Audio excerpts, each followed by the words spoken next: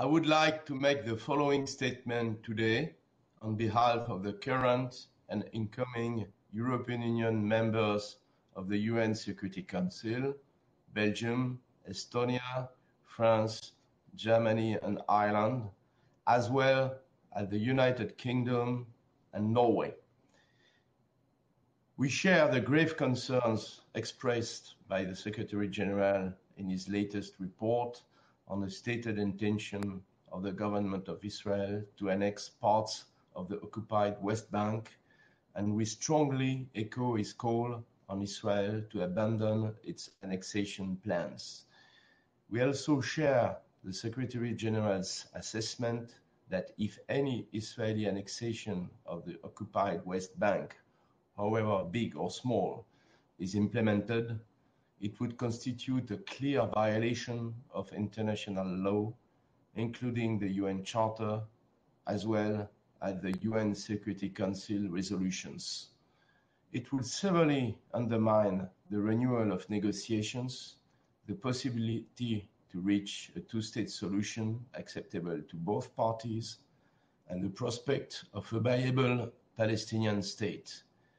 Any such unilateral step would also weaken efforts to advance regional peace and our broader efforts to maintain international peace and security.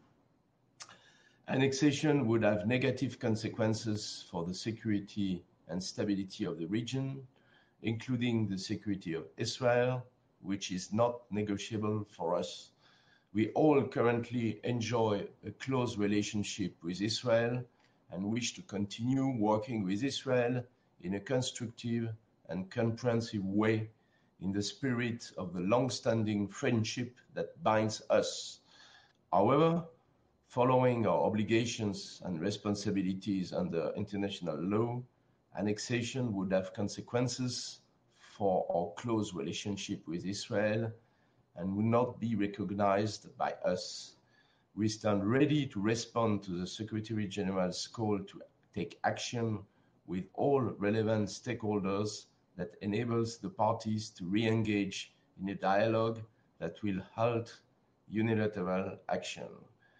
We will continue engaging with the parties and the international community in support of a negotiated two-state solution based on the international parameters. International law is a fundamental pillar of the international rule-based order. In this respect, we recall our long-standing position that we will not recognize any changes to the 1967 borders unless agreed by Israelis and Palestinians. The two-state solution, with Jerusalem as the future capital for both states, is the only way to ensure sustainable peace and stability in the region. In relation to the Palestinian leadership's announcement with regard to the agreements with Israel, including security cooperation, we are worried about the potential implication these steps could have on the ground.